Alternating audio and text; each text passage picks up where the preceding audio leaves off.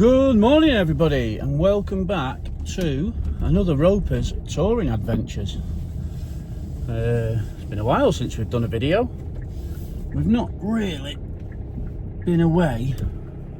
Well, we have been away, I tell a lie, but we haven't done much when we've been away. We've just had a couple of weekends chilling out and just getting the caravan sorted out, ready for the year. Today we've got caravan service. Caravan service with a difference for us. We are using a mobile service engineer instead of taking it to the dealership.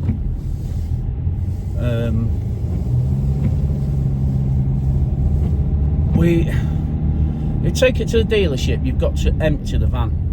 And for anybody that's done caravanning, you soon amount a lot of stuff, and emptying the van is like moving house. Then I have to drag it an hour to the dealership, sit around for 4 hours and drag it all the way back and put everything back in the caravan. Well, this year we're going to try a mobile service engineer.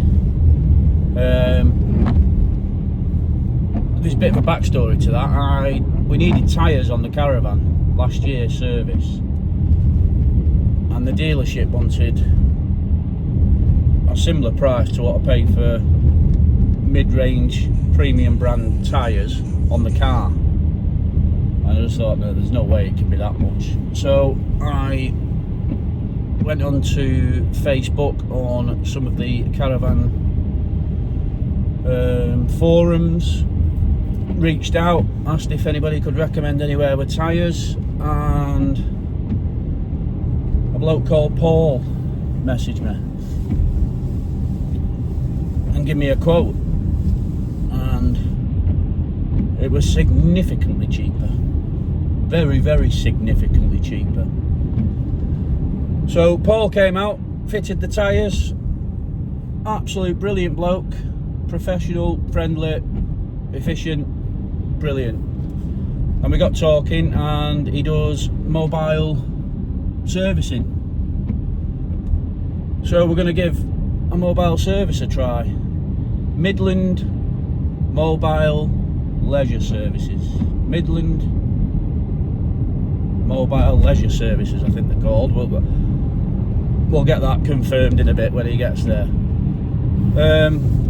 So he's going to come out to storage, and he's given permission for us to film it. Well, I say he's given permission. It was his idea to film it for some reason. Madness. So if the video all looks a bit fake and forced and uncomfortable, it's because I've never done anything like this before, and I'm pretty sure Paul's never done anything like this before. But I'll do my best to try and ask some questions and cover what he's doing during a service on a caravan, and how a mobile engineer does a service compared to how a dealership would do a service. I can imagine there's some differences, but yeah, I thought I'd bring you along and we'll have a look and see how it goes. So it's 20 to 7 now, Friday morning, Friday the 27th of February. Paul's going to meet us about 8 o'clock at storage, so I just wanted to get down there a little bit earlier, just to empty some bits out of the caravan, like the awning and stuff like that. But essentially we don't need to empty it like we would do if we was taking it to a dealership, so that's a lot of messing about saved. But yeah, come along with us and let's see how this all works out. We'll see you down at service. We'll see you down at the storage yard. Bye for now. So we've arrived at storage. There's the old Pegasus there. I'm going to run round quickly now and just empty some bits out, the awning and stuff out the middle of the caravan. I'll get the carpets up. Typically it's raining, so I don't know how a mobile service engineer goes on about that. I imagine he just gets wet. That's one of the differences. First difference is the poor lad has to do it in the rain. So we'll go and get the locks off, get it emptied out a bit. I'm going to take the carpets out as well, so we're not treading in the wet all over the carpets. And then hopefully we'll have a quick 5 minutes before Paul starts. Just a couple of questions about how a service engineer goes about doing caravan servicing in a storage yard. And hopefully it'll be a bit of interest for you. And yeah, I'm in no way affiliated with Paul. I'm not getting any discount, any special treatment. We'll get a full proper service. I know it's suffering with damp at the back end. I am in the process of sorting that out. For any caravanners out there, you'll know the Bailey struggles that people have with the wet floors. So I am in the process of sorting that out. So don't be surprised when we get the damp report that the back end is completely and utterly wet. And it doesn't help though that it's not stopped raining for ever. So yeah, we'll jump out. We'll go and get the caravan cleared out a little bit, make a bit of room in there, get the locks off. I don't know if Paul's going to want me to pull it out or if he can work around it down the sides. I don't know. You're going to experience that with us. So yeah, we'll go and get her emptied out, and then once Paul gets here in about half an hour, we'll see if he sits down, if he'll want to sit down and just have a quick 5 minutes with a coffee or something. We'll just have a quick chat, find out what he's all about, what he does, services he offers, and then we'll get into the actual service, trying not to get in his way. God, this weather is terrible. Absolutely terrible. But it does make the caravan look clean when it's wet.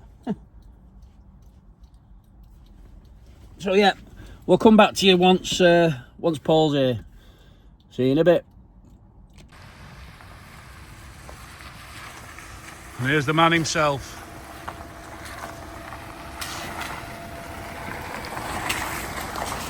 Mobile Midland Leisure Service. That's who we are. This is all the stuff Paul covers. All covered. Approved workshop. Aldi affiliated. The man does everything. Here he is. The star of the show. Morning, mate. You're right. Yeah, good, mate. Yeah.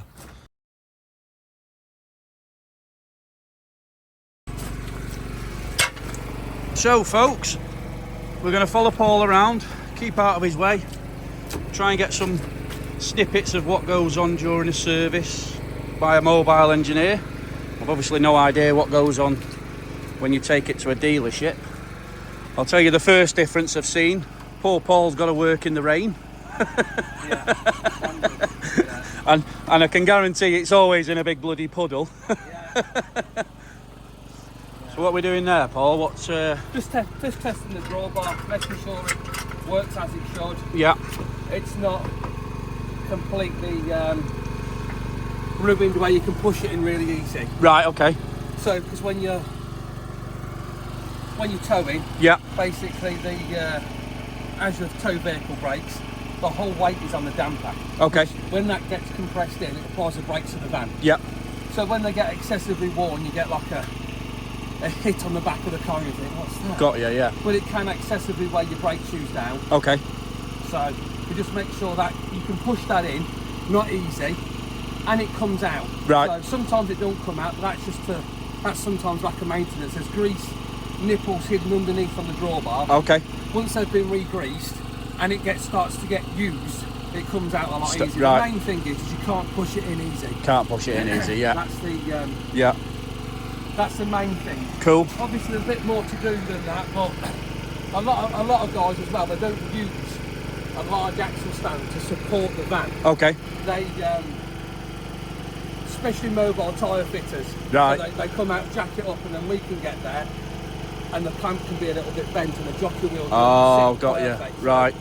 That can have a bit of an effect. I do see a lot of a lot of people don't use the axle stands to support it, but that's why I'll do that test first before I put it on and then get it up in the air. Then you can't touch it once the weight's on it. Yeah, got you. Yeah. So that's your damper there. This bit slides in and out and applies your brakes. Important having brakes, especially when you're towing something this big and towing it at the miles that we tow it. That's a fancy jack. Yeah. Just an airbag, is it? They are. So. Oh yeah, cool. Yeah, yeah. You can use trolley jacks, but on this type of ground, yeah. When you try and use a trolley jack, because the wheels move as you try and lift something up, with these ones, if you put it in the wrong place, you can move the chassis. Right. And because the metal part of the jack's more like for going on a bump stop of a car. Yeah. It can like pinch and damage the chassis. So yeah. With those ones, because they've got rubber boots on, you can jack it up and you've got a bit more control. No issue then, yeah. There's a lot less damage you can cause, and there's a bit more control when it's going up. Right. By air, it's a lot easier. A lot easier, yeah.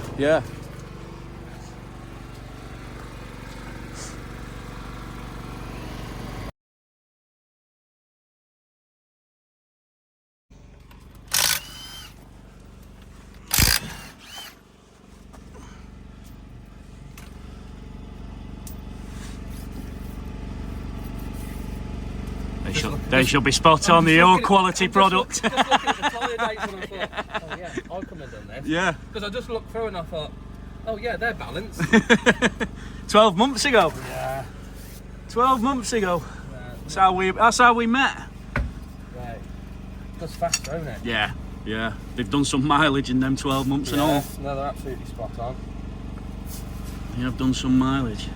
Yeah, so as I was saying earlier, folks,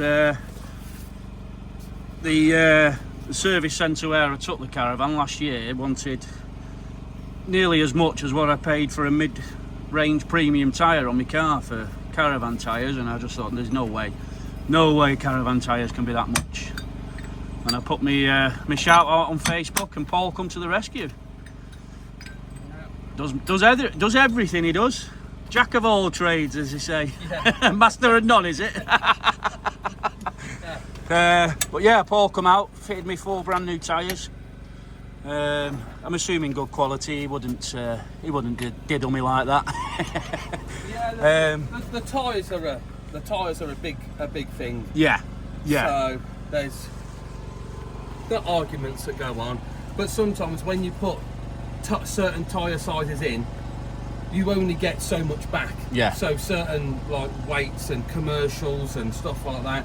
So twin axles, even from the factory, certain manufacturers, they just use normal. I think it's about 89T, which is normally the starting load rate, and because they're a twin axle, and most of them are rated at around 550 kg a tyre. Okay. So when you've got all 4 on, that's more than needed for the weight of the van. Yeah. Now some certain ones that I've been out to, especially newer eldest vans, they come with commercials on. Right.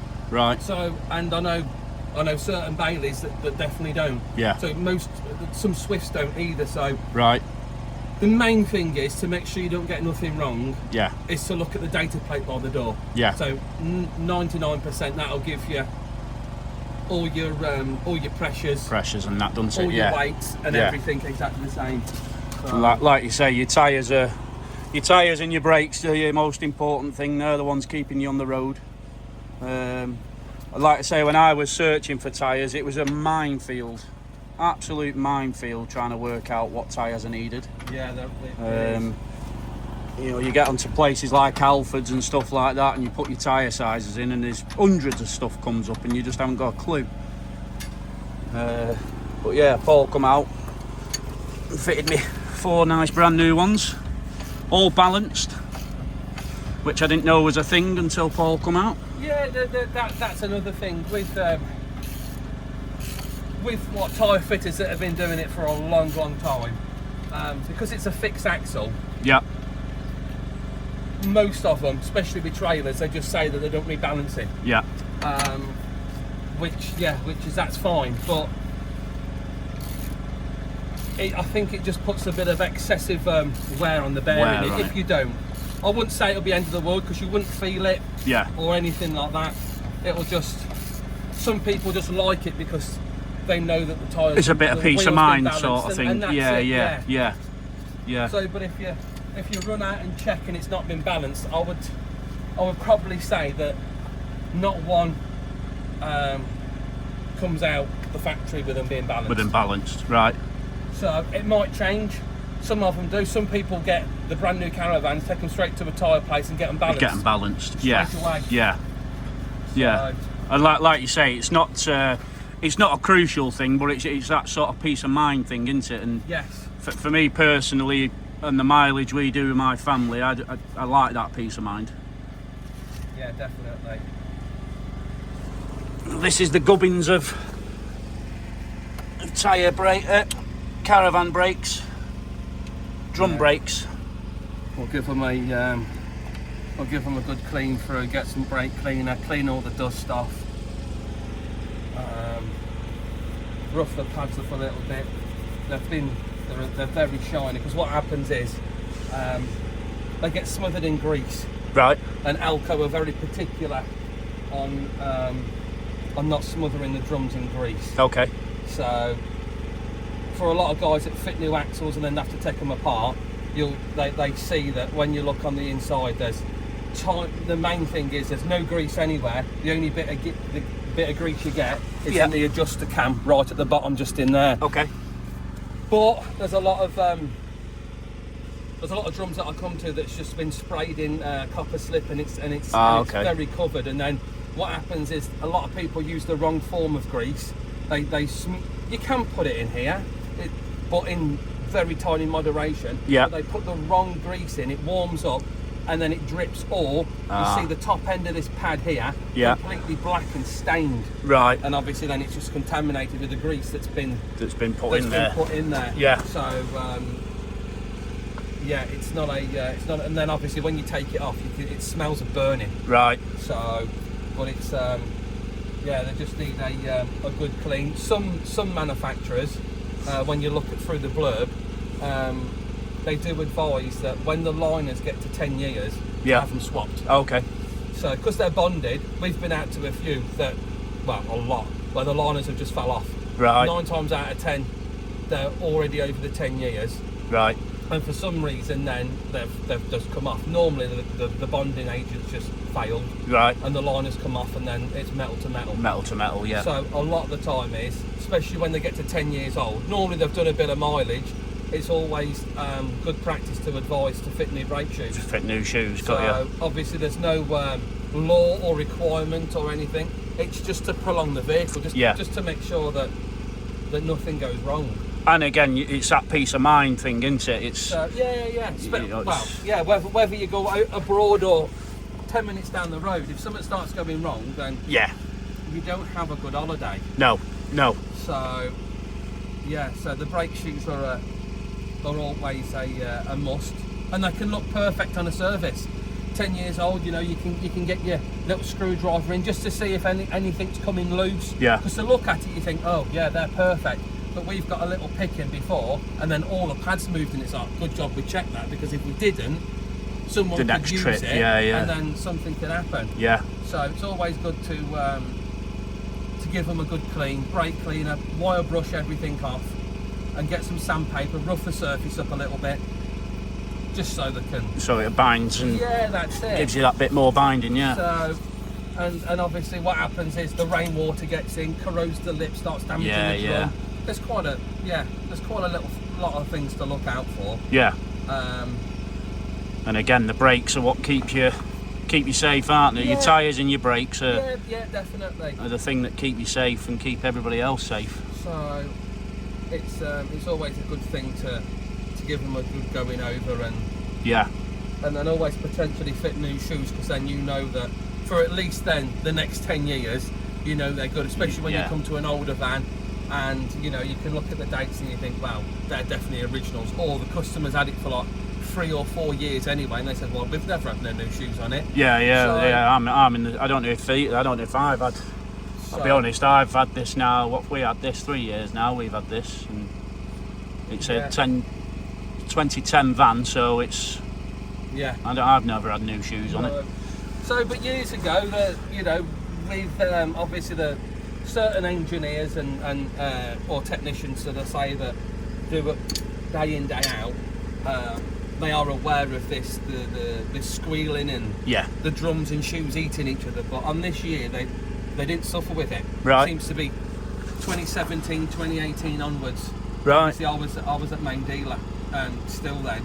Yeah. When this occurrence started. Right. And people was bringing their brand new caravans back with a squealing, and it was a tough thing to try and diagnose, to try and find out exactly what it was. Right. So, but yeah. Poor manufacturing process. Yeah, it can be. It's just it's hard to pinpoint. Yeah, yeah. All we know is once we swap them out and put a different make on, Never it any goes problems away. then. Yeah, it goes away, yeah.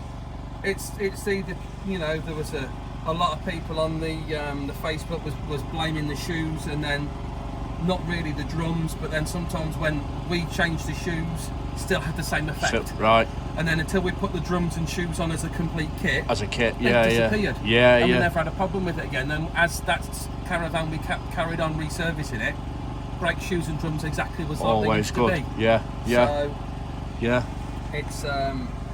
it's a tough one with Where to pinpoint the problem exactly. is. Yeah. So obviously it was a bit of a hit to customers where they brought brand new vans. Obviously all we can advise is was take them back to the main dealer for them to put a warranty claim on with Alco and get the shoes and drums. But then sometimes we got the phone calls back saying that they're not under warranty. They're not under warranty. And then they had to go down the route of forking quite a bit of money out for the drums and shoes. Yeah. And then once you put them on, that was all right. Life was all good again. Yeah, it was fine. Yeah. So, Cool. but, yeah. Cool. And how are they looking then, Paul? Well, I'm going to get me cleaner, clean them Have a all good up, look up. and then we'll see. Assess it then. Yeah. Cool. So Cool. I'll get me torch, because obviously the one I went to yesterday, they looked perfect. Yeah. Then as soon as I cleaned them up, the brake cleaner, they had heat cracks Cracking in through them. them. Yeah. Yeah. And but you can't see it straight away because the brake dust is already in there. So Yeah. you have to give them a good clean out, inspect the liners, and obviously that's when I found the cracks yesterday. So the customer had new shoes and drums. Cool. And then another one I went to that needed larger shoes and drums because the liner had completely come off. Right. But they're in my doorway now. But they was 11 years old. Okay. And I'll just show you. Yeah. Let's. It's a bit noisy, but yeah. No. Yeah. These were just over 10 years old. He didn't realise, and the liner had come off. Oh God. Yeah. It's just metal to metal, isn't So it? the liner had come off. Right. They was just over 10 years old. Bloody The hell. glue had failed, and then scored all the drums. Started. Yeah. So, and that's just over the 10 years old. Right. So we've put it out there before, and a lot of people are like, I've never heard of changing brake shoes of 10 years old. Yeah. So Yeah. we didn't until we start looking through certain manufacturers where it's like they advise it. Yeah. Advise it, or it's like 30,000 miles or something like that. Yeah. But most time it's no one does that mileage. It's always the 10 years. The 10 years comes first. That comes first. Yeah. And that it just stops that from happening. Yeah. Definitely. So when you have the new shoes, 9 times out of 10 the drums are fine. You've got a wear tolerance on the drum. Yeah. It's not a lot, but they don't wear very often, apart from when it starts to score. Start You've only scoring got metal to metal. About 1.5 mil of wear tolerance on the drum. Got you. So once the drum, that's what Alco advise. Right. So don't get me wrong, people can do what they want, take the drum off, they can lay the inside down, like shave it off. Yeah. But obviously it's not advisable. Alco are just like, as soon as it's scored, new drums. Get new drums on. Yeah. So, yeah. Absolutely. But yeah, I'll get the tool, get me cleaning stuff, clean them out, And we'll have a look. and then we'll see where we're at. Cool. Yeah. Cool. Just as an interest, Paul is fully kitted out. Absolutely fully kitted out. Full mobile workshop. Let's get you a close-up of what he does. Oh, it's on that side. It's on that side. It's on here.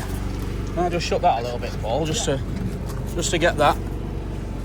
So, servicing and repairs, electrical condition report, spares and accessories, motor movers, solar panels, Caravan workshop approved. Oh, you do warranty stuff as well, do you, Paul? Then I'm involved with certain manufacturers. Okay. Truma and Aldi. Truma and yeah. They're the main ones that I do a lot for. Right. So I've been. I've seen on your Facebook you do a lot for the Aldi and the Aldi. Yeah. There's a few. There's another guy that. There's a couple of guys that I'm close with that are around. So right. Phil. From Slipstream, he was the chief technician at Aldi. Oh, okay. So he was like my go-to for years. Right. And he's recently, in the last year, he's just left Aldi, and right. He's gone on his own, which cover like Northampton, Kettering area. Okay. He's mobile approved as well. He's got a workshop.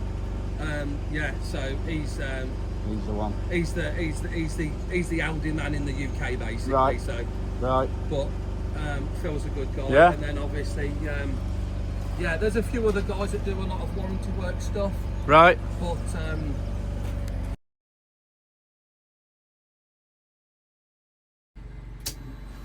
here we go, we're on. So outside's all been done, new pads and shoes. Now we're on for internal habitation. So we're doing electric testing at the moment with this fancy little... yeah, just doing the RCD testing and then making sure everything...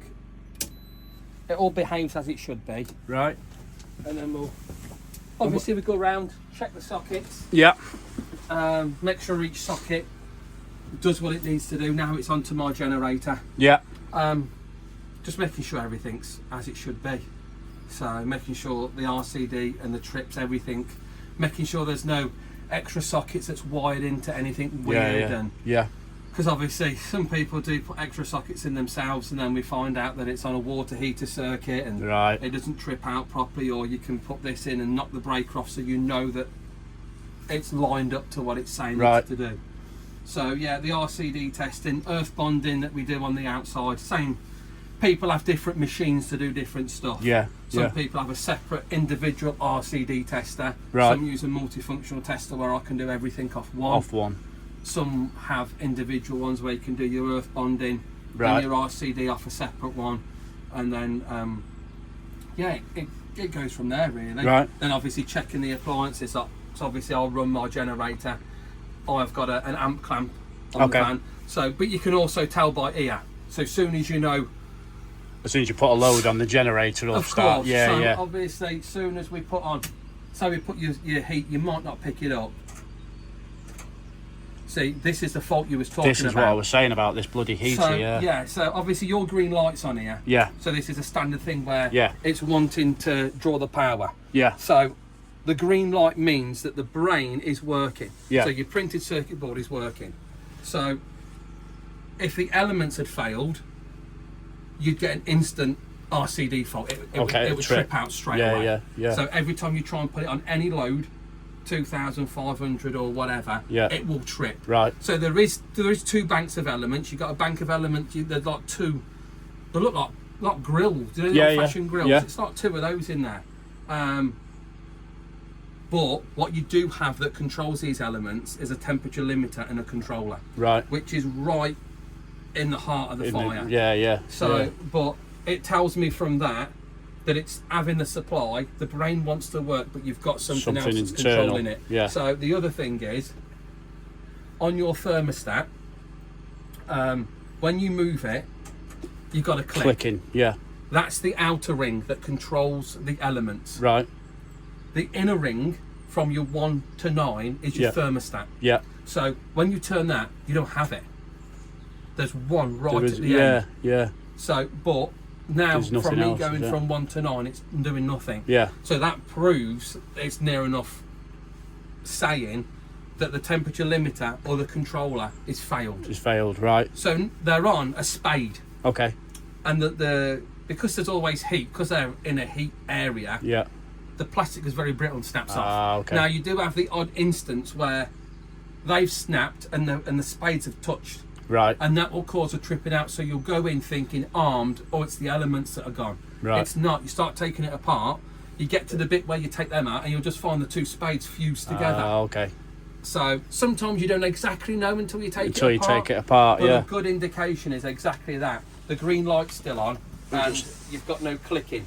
Just to show it's the Truma space heater, are they? Yeah, so, suppose. yeah. The Truma, the S2000. So, Yeah. there's a few variations of the fires, but now obviously Truma have moved on to the Truma Combi. Yes. And the Yeah. the new Neo Air and the technology moves along. Yeah. So yeah. you can still get parts of the fire. The S5000 struggle with parts because Right. now mainly they're used in Europe because Okay. they're basically one of these fires, but the heat exchangers are dual. Okay. So, and 9 times out of 10, they only ever be run on gas. Right. So Right. you find them in a lot of bigger other vans like Hobbies and. Oh, okay. Your European type, yeah. your fence and your hobbies and you find them, but now canals is it, and now things they're like still that, yeah. moving along, and they're putting combis in. Yeah. So 9 times out of 10, it's the combi heater is what you'll find if it's a Truma based. Right. Other models will be Aldi. Yeah. So it's Truma and Aldi, but that company is like hand in hand within each other basically. They help each other out, Yeah. and it's they're really good. And to be honest, they're faultless for years. Yeah. They've been in vans Forever. not since the start, but obviously when I built Avondales, these are the, back early 2000s. These are the, Right. these are what was in it. There was no such things as Truma combis. There Yeah, was yeah. Aldi. Aldi was out then, but they was in like the old Fleetwood models. Okay. So, but yeah.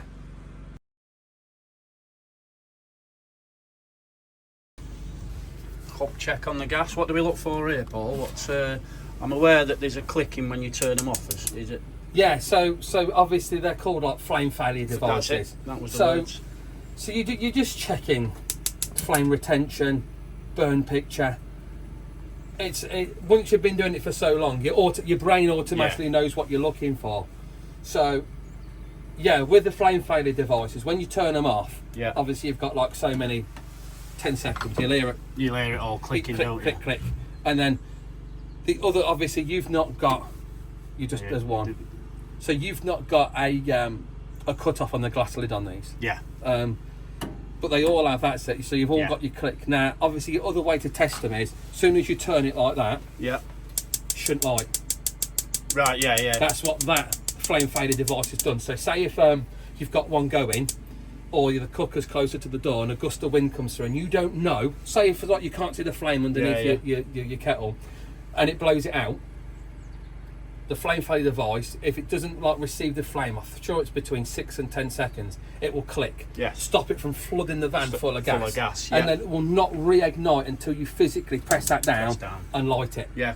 So as soon as it clicks back off again, it will allow you to relight it without pressing the knob back down. Yeah. So that's the flame, and the grill and the oven is all the same. All the same. You can have a few intermittent faults where thermocouples do fail, and then you can have it on for 5 minutes, then it clicks off. On the newer ones, they have got fans in, Right. so they've got temperature stats underneath where the cooker knobs are, where they don't receive the fans cutting in, and it cuts the oven off, and you think, oh, thermocouples failed. Strip it all down, Yeah. and it's not that. It basically means the fans failed. It's not cut in, it's not cooled it down, but the thermostat's connected to the thermocouple and it's shut it off. Right. So it's there's a few things, but when you've been working on the appliances, and obviously this is the main thing why. Another thing, obviously, we go to Alco, we do all the product training. Yeah. We also go to Thetford and do all the theirs. do all the stuff, and they go through everything. Obviously, you've got to be gas certified. I was just going to before say, to work on so Caravan you've got to gas, be you gas still- certified. Obviously, there's different levels to it. Yes. So there's a few guys that are gas safe. Yes. So the main thing is for the gas safe is it's for reward and hire. Okay. So when you say if you rented this out, Yeah. then the rules slightly change. Right. And it's like the main thing is it's a camper van and motorhome thing. So when you buy one and people rent it all out. Yeah. The habitation don't change, the gas don't change. It's just the regulations to it. Right. But then obviously you can be gas safe, but natural gas only. Okay. Which means you still can't do it, even if you're gas safe. So you have to be gas safe LPG, and now there's all different modules within that area. It's not just like, oh, I can work on gas. But, you know, a lot of people, like we see on Facebook, they tackle things themselves, which you can't tell. If you own something, you can't tell someone you can't do it. Because it's someone's property. Yeah. So, but when you're doing it professionally, it's got to be done by the book. Yeah. There's a few, you know, levels to it, but that's why we go to Thetford, do all the product training. These ones have not changed for a few years. The new ones do come with all different shut-offs. They even have now fans underneath the actual hob themselves, so it tries to keep things cooler. But then when them fail, the thermocouples fail. Not fail, but they stop from working, and it's faults and things like that. But yeah, it's basically throwing everything up. Other part of the service is that you can get the K meter, so which is like flue checking. Oh, okay. So you can go down, check all the flues. You can do a room CO check if you want to. Yeah. The approved workshop don't stand by where it's like you have to have the K, you have to do this and do that. It's good practice. Good practice, yeah. So it's just, if anything's leaking, you can test the integrity of it by doing like a room CO check with your fridge on, with your water heater on. Because even though these are room sealed appliances, so they are vented directly to the outside, they shouldn't. You should have nothing inside. 9 times out of 10, you'll know, because there'll be other signs before you start smelling stuff. There's signs where there's soot round exits. Most of the time they don't run properly. So as a technician, but while you're walking around and looking at stuff, you'll pick stuff up. You'll know straight away. I have seen on Facebook people have took pictures of the flues for your water heater, and you can see the soot running up the side of the van. And that's it. The soot's there, but that can be caused from something silly like bugs in there that's been turned on, burnt. Then they've like burnt on it, and then it creates not a great flame picture. Instead of it being nice and blue, it's all yellow, and it's and all the jets can get blocked. The grills, some of the ovens, they're terrible for it, and the flame's very lazy. That's what we're looking for on checking this, because as in a leisure vehicle, when you come to use it as your own, you just think you just use it. You're not there looking at it. So services are a big thing. But some people just say, I'll do my own. Which is fine. It's completely down to whatever they want to do. But obviously, then when they have like a professional guy come in to look at the service, it's like, oh well, that's not burning properly. Your fridge isn't. Then obviously get the K meter out, and then it's like so many parts. You know, the ratio's miles high. But when you've been round a gas a lot, by the time you've had stuff on, even though you can't smell carbon, it's very sweet. So you can, if the fridge is not burning right and you walk past it on the outside, you automatically know that something's not right. So but yeah, that's obviously the grill, the oven, all that will do the same. We'll run everything up. You can't see the flame pictures on everything. So the water heater that you've got on this, you can get a mirror in and see the blue edge. I'll show you that in a bit. You can see the blue edge, but that's where the K meter would come in. You can do a ratio check on it just to make sure that it's burning properly. And that's about it for the gas. Obviously there's a bit more into it than just looking at flame pictures, but it's just I always think it's quite an important one, the gas on the inside as well. It's it's just checking everything over. So you've got series of all different makes of cookers and grills. Like on yours, the igniter's broke. It's lifted up on this. So right at the back, the igniter's lifted the wrong way. Oh, okay. So it's not lighting. Right. So, but your oven. Going slowly. Yeah, your oven will be fine. Obviously, that's why you have to hold it down. So that as it creeps along the burner, it's called flame retention. So you get. But we have had issues where it needs obviously you know, it needs fuel, oxygen, and when things are like blocked up, Yeah. that can be very jumpy as well. So that's another thing to check for. I must admit, we don't often use the oven and the grill. No. We like to cook on the Cadac, so... See what you've got. Yeah. So that's broke there. Right. So the nib is snapped. Oh, there you go. So it's in like a ceramic pot, Right. and it's just from corrosion, and then it's like got a little bit of wire that goes into the cable, and it just snaps out. Snaps out. So just needs to, yeah. And this is a thing that we check for, because then obviously if you didn't say it was working on the last trip, then you go abroad. Don't get me wrong, you can light it with matches, or you can get the long Yeah, the clicker lighty things, yeah. and it will still be fine. It will still work.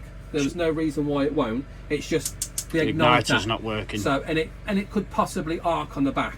Right. So obviously checking the oven as well.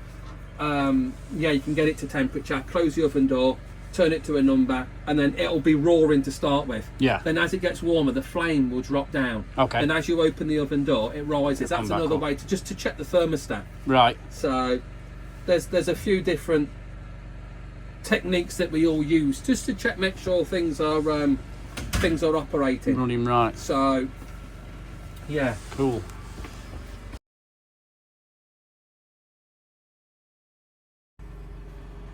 So an interesting one for you, a bit of knowledge. I've bought, the Caravan didn't come with a CO2 detector, so I bought one off Amazon. This thing looks the business. Yeah. Paul's just breaking some news to me.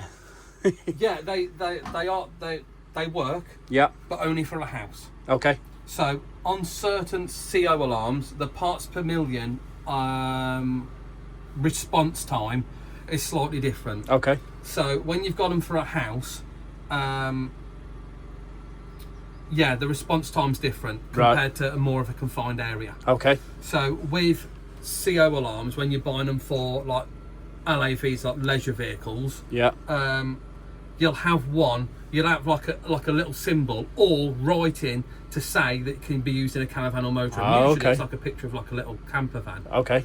And on this one, obviously it's CE, but you've only got it for a house. Right. So your parts per million will be a lot more. So by the time this triggers, you'll already be very ill. Ah, so where you've got a picture of the house there, Yeah, so normally it'd on be a camper the van ones type that we thing. the main ones that we use for the leisure industry are Fire Angel Right. and Kiddie. Okay. They're the two ones that are more like the approved. Yeah. You can use them in houses, Yeah. but they're the one. They're a bit more expensive because like the Kiddie ones are like 25 quid. Got you. The Fire Angels are about, you can get like a dual pack on those. Like, these are all Fire Angel. Right. So that's what the leisure industry uses as the standard. So when it's Kiddie or Fire Angel, as soon as they come out from brand new manufacturers, That's what they've got that's on what them. they've got in. Right. So We need to look at. when you buy like more the generic ones from you can go to B&Q and buy generic, but Yeah. when you go into B&Q now, normally it's only Kiddie and Fire Angel. Right. So the Right. position of them, 9 times out of 10 they're always by door. Yeah. So but in some manufacturers now, they're popping them Up in the ceilings and stuff. popping them on the roof and whatnot. Yeah. Which, there's certain areas where they should be and shouldn't be, but we've found them in manufacturers in all different areas, underneath the front helmet and everywhere. But Right. as long as you've got one in there, Yeah. that's another thing, which is what the approved workshop want. Right. And it's the same with the fire extinguishers. Yes. They're one of them under there. another thing. Obviously a lot of people don't have them. Yeah. Most of the older vans, like the miniature, like the micro campers and stuff like that, they don't have them at all. Right. They've got nothing. They've got no CO alarm, no smoke. Right. But obviously, you're in a square, so. Yeah. But we still have to advise that you've got everything. Got everything in and there. obviously they're all dated. Yeah. Most of the smoke alarms are 5 years, but they do have their own expiry dates printed on the back now. Right. And it's the same for the CO alarms. Yeah. They have a manufacturing date and their end date, And which the is end date. normally 10 years. Okay. But certain ones, the older Fire Angel ones, only had the date started from when the was installed. Right. So obviously when we go on all our gas stuff and whatnot, if it didn't have an install date written on it, Yeah. we wouldn't know how old it is because it didn't have Got a you. manufacturing date back then. Yeah. So then we would have to, even though the customer only brought it last year, but because we don't know that, You don't know, we yeah, have to yeah. put down that advised to get a new CO alarm because there's no install date fitted. So it's all to do with dates, just to make sure everyone's safe Everyone's and safe. everyone's covered. So, but yeah, that could Need do to, with. Let me see. Just hold there. I might have one to show you the difference. Yeah. Yeah. So for your leisure vehicles, then. Yeah, Paul's so, just so pointing this is a new kiddie one that I've got. So you need to be looking for the little kite mark. So that's the one that's made for leisure vehicles, just for more vibrations and different factors that a leisure vehicle has compared to in a home. Yeah. So that's what you need to look for. So obviously you've got the sea heat and the home one on there. Yeah. So that's good for in your house, Yeah. but it may not work properly in here. Properly in here. So Cool. so the kiddie one is the Fire Angel. Well, I think we just found four, didn't we? There's a few different so ones, there's isn't four there? But- different ones that's available, but Fire Angel and kiddie are the ones that you'd normally get from Straight the manufacturers where they're on. Yeah. They've got the kite mark on the back. Some of the kiddie ones have the kite mark on the front. Is that the CO2 one? Is it? This is the yeah, carbon so- monoxide, but it's not got the one on the front, but it's got the got your kite B- yeah. on the rear. Yeah. So, and making sure they've got the BSCN numbers on as Yeah. well, because there's somewhere you can get off Amazon, and they've got no yeah, CE yeah, stamped BSCN or nothing on there. So Yeah. just to make sure that So there you go. Yeah. everything's all legit. Yeah. So yeah. We'll get on and have a look for Yeah, one of them then. that's it. Yeah. So there you go, guys. It's not just a case of whipping on Amazon and grabbing a CO2 alarm if you ain't got one. It's got to be a specific one. It's worth knowing.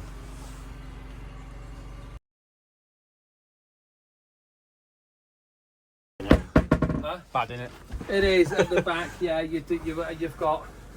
Yeah, but obviously you're aware of that. Yeah, yeah. So we're just saying there, the back end of the Caravan, I'm fully aware that it's extremely damp, which I am in the process of rectifying, and hopefully a couple of weeks in Italy in the summer will dry it out, and then I can do the So, yeah, with the damp, obviously you don't really want to go stabbing through someone's lino. yeah. So obviously with the approved workshop, you have to have a survey master. You Right. can't just have one with pins and that's it, Yeah.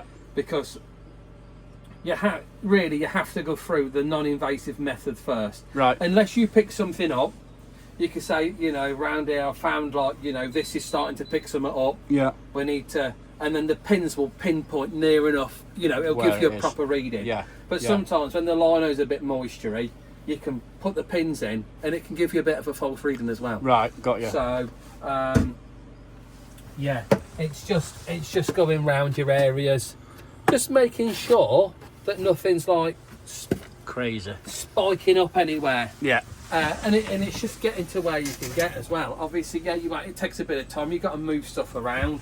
If there's trays in the way, all you can do is go around the trays. Yeah. Then like bottom of the cupboards and take the cupboards out, try and get down the bottom of the cupboards, and obviously the Baileys with the front lockers, they had quite a bad problem with the little corner front lockers Right. where the damp was underneath the tray. Yes, they've got trays in the front of these, haven't they? Yeah, you can. It starts to get in the corners quite bad, Yeah. and I know the front used to be. The front was suffering at one point, but Yeah. I've nipped that in the bud now at the front. I think. no, there's nothing there that that's really good. Yeah. So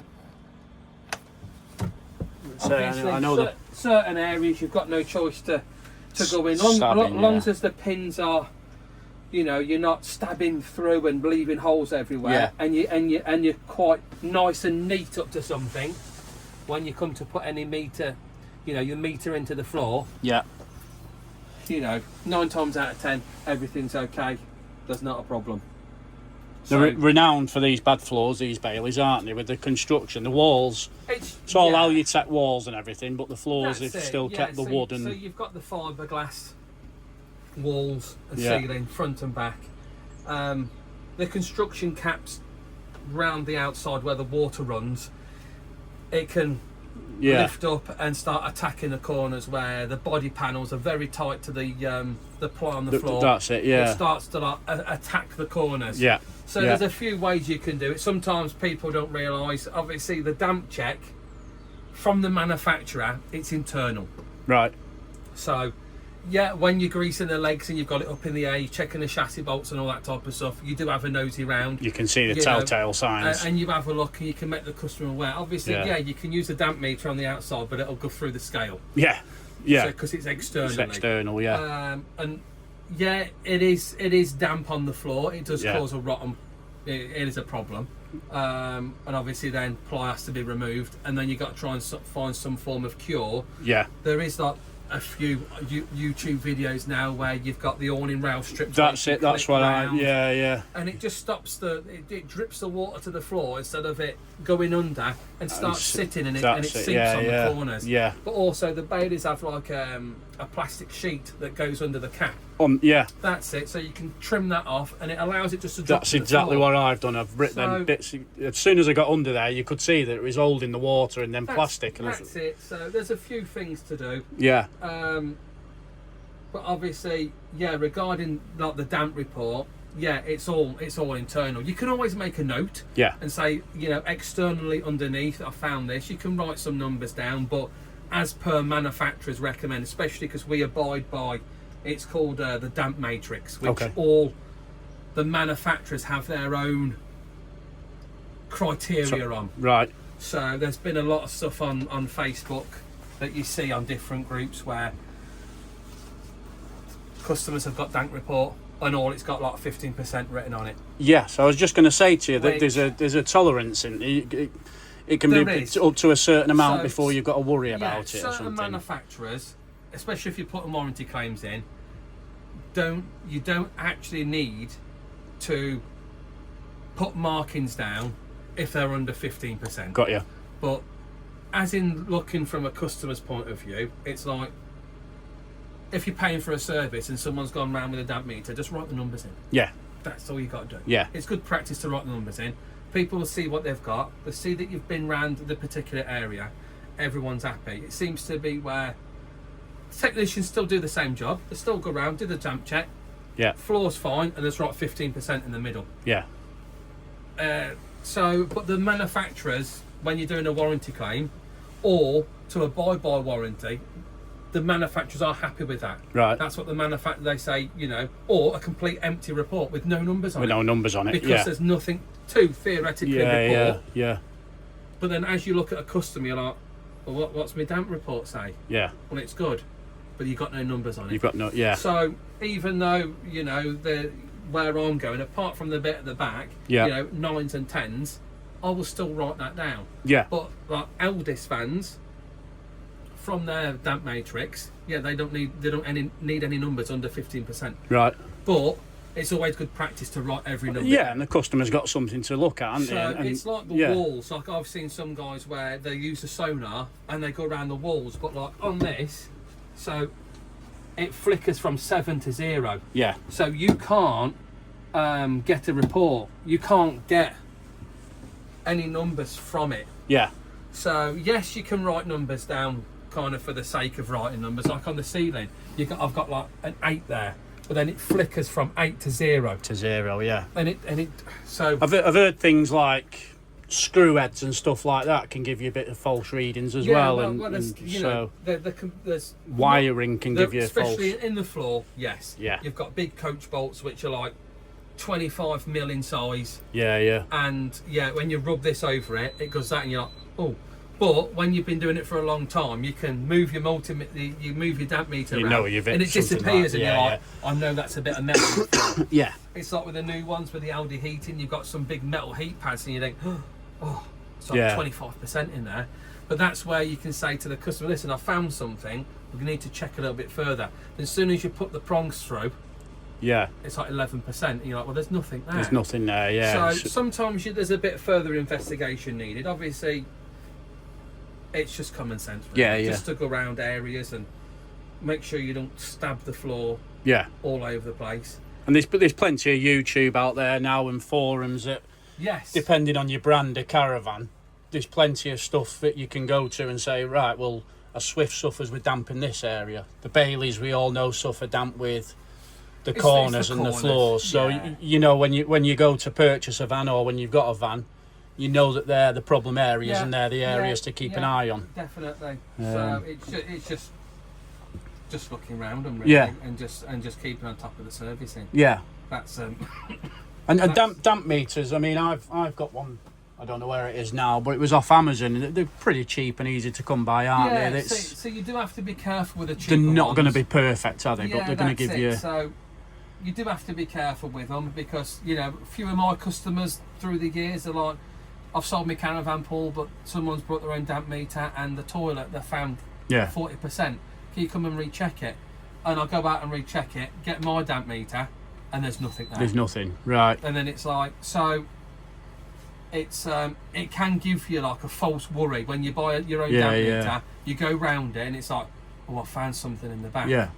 But there's nothing there. It's because obviously all of our tools have to be calibrated. Yes. And make sure that they're reading what. It'd be interesting to know what you're reading. I was getting 40s down the back and 50s. Yeah, it's like 55s I'm getting. Yeah. But so obviously with a sonar, it goes off the scale. Yeah.